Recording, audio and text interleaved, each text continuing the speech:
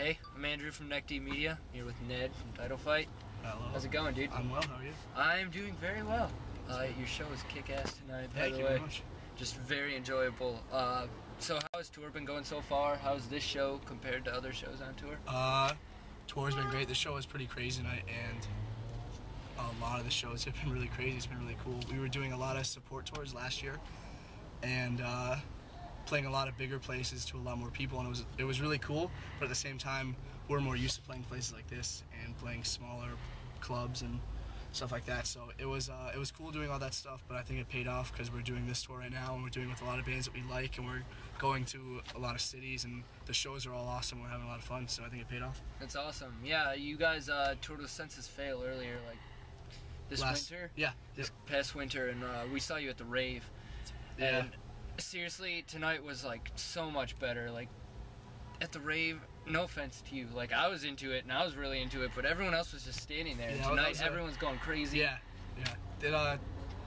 This whole tour just seems to be a lot better for us, just in terms of like reactions and stuff. And you know, I'm not complaining because we have to play to a lot of people on those tours, but that was just a lot of new people checking us out and never seeing us before, so it was kind of definitely a little awkward at times. It was good though. Like you still put on kick-ass shows. Thanks, man. So how have like the crowds been reacting to just you guys, or has it been like tonight was everyone was into like all the bands? Yeah. Has it been like that all tour? Yeah, it's been really good. All the bands have been really doing really well.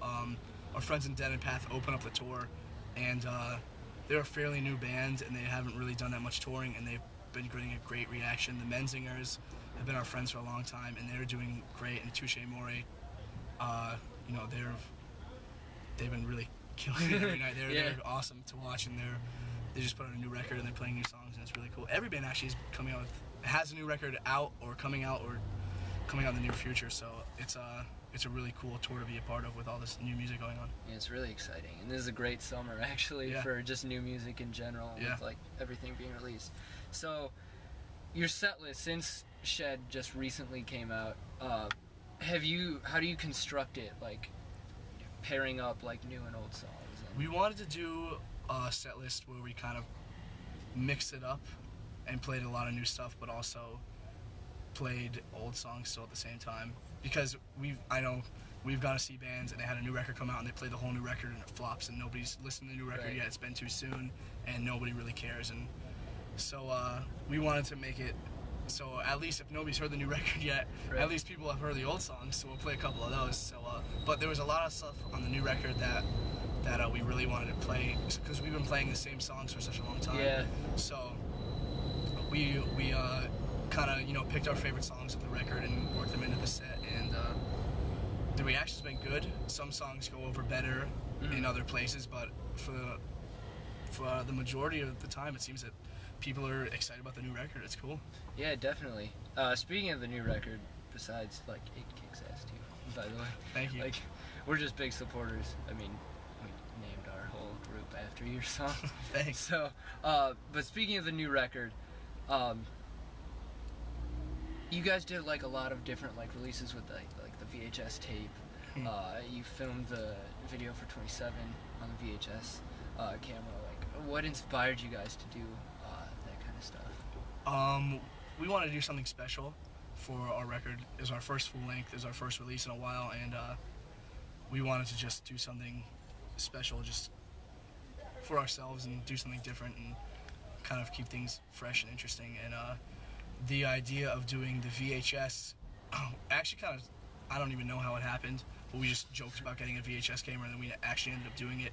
And then we told Side One Dummy, like, hey, can we do a VHS with the pre-order? And they said, yeah, sure, why not? So somehow that worked out. I didn't even know there were still VHS plants anymore, but we found one and we made it, and I think it came out actually pretty cool.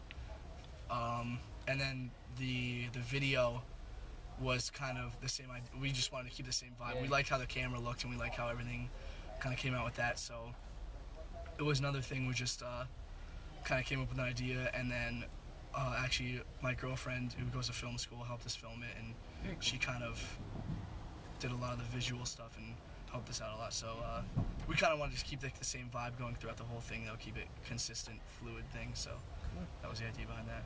Yeah, how do you do all the cuts with like, since it's taping on VHS, how do you do like all the cuts? And there's a ton of different ones. We got a 27 video. Yeah, we got a converter that we converted. We taped it on VHS and then we put it to digital. Oh, okay, that makes sense. Yeah, I was just curious. Yeah, it's a lot easier that way. When I was watching it at first, I was like, do you literally like physically have to take scissors and cut this and like paste things together? Yeah, no, so I was just wondering. We use a little bit of technology on it. Obviously, it's easier that way. Yeah. And how have like fans, was feedback been like regarding like the VHS tape and stuff? Like, has it been pretty positive? I read stuff on the internet of people saying like, why did they do a VHS? This is dumb, and I think that's funny. It's it makes people angry, and it makes no sense to me. It's just a different medium. Like, there's nothing else wrong with it. I think it's pretty cool. Yeah, thank you. Just and it's I mean, we did it for for our own reasons and stuff. Right. But it's just it's peculiar to me that people get actually worked up and angry about it. But for the people that have watched it, they said they like it. Or we showed it to all our friends. We actually had a screening at our own venue at home the day the record came out, and there were some like 50 people that came out just on a Tuesday, and that was pretty cool. Everybody seemed to enjoy it, and it's kind of something fun for us to look back upon in the future and just realize like this was us recording our record. And so and like nobody else released anything on VHS in the last like few years. Like that's cool. Like, really original. So thank you. Applause for that. Moving forward, you guys obviously like draw from so many different genres, so many different types of music. So like, who are some of your biggest like artist-wise or genre-wise like influences on the way you guys write? The way that it kind of has been is we all kind of started off the band when we were 12 and 13, and we all were getting into music together, and it was all just kind of like the same stuff, kind of like Blink-182, Descendants, you know, whatever, like that kind of stuff, and that was what we were really into. And then we started growing up and kind of getting into more bands, and each one of us kind of got into our own little thing. And so at first it was kind of more just like, you know, whatever, the SoCal pop punk thing. Right. And that's what was like our whole spiel. And then as we grew up and grew older, we each kind of got into different stuff. And we all still like the same kind of stuff. Yeah. But we all have our own like little pockets of stuff. And so we'd bring in influences from bands like, you know, like old rev bands like Texas The Reason. Yeah. And then bands like Sam I Am and Seaweed and kind of that whole scene, whatever you want to call it, like the 90s. Yeah. Post-hardcore, emo, whatever genre you want to stick that in. And then, you know, honestly, we bring in influences from everything we listen to. So from stuff from hardcore to indie rock to jazz, it's all kind of stuff that we listen to, and we all just bring it into whenever we write a song. It's I think definitely on our new record it's you've been able to know us a lot more. Yeah, we've had definitely more songs to kind of show. Yeah, showcase. Everything. So we try to do something and not do it something that would be stereotypical or what was expected of us. So that's what we kind of went for with the new record. Very awesome. So when you're recording and obviously drawing from all these like different influences and different places, and everybody's pulling from their own corners, how does material get written? Does it flow kind of naturally and everyone just kind of like chimes in and adds their own part? Or yeah, that's what it is for the most part. We try and do it as the writing process as a whole band. And so basically what happens is, you know, somebody will bring a riff to practice, like, you know, I wrote this part, or I wrote this melody for vocals or something. It's like, let's work on this, and then we all bring on our own ideas, you know, like, what if we did this part here? Like, you know, it's a whole big long process, but it takes us a long time because we're all pretty stubborn and we all have our own ideas. But that's why it took forever for the record to come out. But it's a long process, but it makes all of us happy with the completed product. So that's the way we've always done it, and that's the way we'll always do it. So it's you know, long, tedious, and sometimes aggravating, but it's the only way we know how to write. I mean, I'd rather like argue about something until it sounds perfect. Put out that's the idea. Filler and crap that doesn't work. So it's good that you do that. Thank you. I suppose. So we're coming towards the end. On the lighter side of things, like off the topic kind of question. If you were going to a show, like, who would be the lineup? Like, what would your dream lineup out of anything? Dream? Like, they don't even have to be alive anymore. dream lineup of bands that you would want to see? How many bands do I get? 4? As many 5? as you want. I'd like to keep it small. 5 is pretty standard. Yeah. I don't even know. If you need to make it 3 also works. I mean, I could just go with my, my favorite bands, but then I don't even know. There's bands I like to see that aren't my favorite bands that are just crazy. I mean, like live. Yeah. I mean, I'd like to see Youth Today. They're my favorite band. Yeah. I think that'd be sweet. I mean, we're actually getting to see them at This Is Hardcore this summer. I'm really excited for that. That's awesome. I'd like to see Jawbreaker. Yeah. They're great.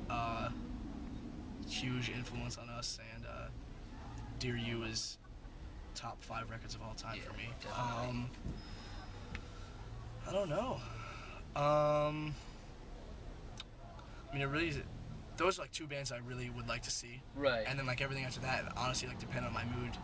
Like So mood today. Mood Who right would you now. want to see right now?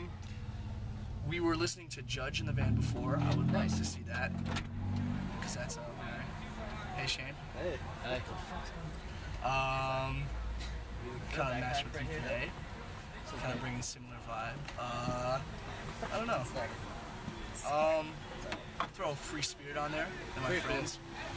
Good, great current bands. And then there's 4 5th bands. Mix it up. Something we wouldn't expect. 5th band on a Dream Show. On a what? Dream Show. Dream show? Any bands you want. A lot different for me than one. Yeah. You want those on? Thank you. I don't know. This is tough. Yeah. This is tough. I'm the same way. A lot of bands to pick from. I saw Texas a Reason do one of their reunion shows, and it was one of the best shows I've ever seen. So throw Texas a Reason. Very cool. All right. So last question. What's next for you guys? We're touring. We are touring. This is kind of the end of our tour. Right. We end June 25th in Wilkes-Barre, Pennsylvania, and then from there we pretty much go right to Europe. Very cool. We do 2 weeks there, and then we go back to Europe 2 more times,